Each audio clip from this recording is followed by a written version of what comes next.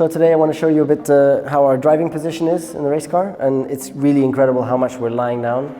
Like if you would sit in this position, you'd think, how on earth can they drive like that? And it's all about center of gravity, you know, we need to be as low as possible. So lying down like that is the best way to get us down.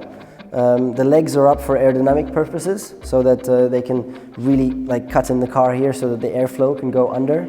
It's just much quicker like that. So that's why the legs are up like that. And then the seat is like properly, it's molded to our body. So I did it last couple of years ago.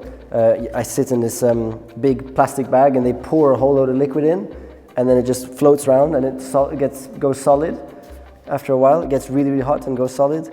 And then somehow I have to sort of squeeze out of this situation.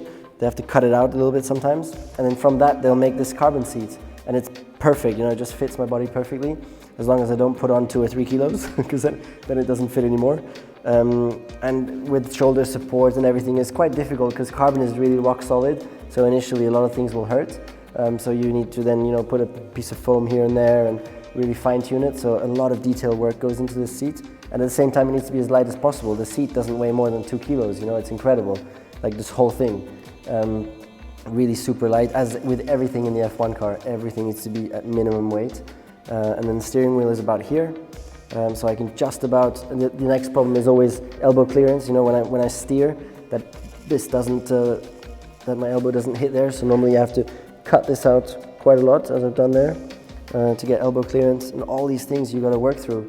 So it's quite complicated, but yeah, good challenge. And anyway, stay tuned on this channel for some more insights.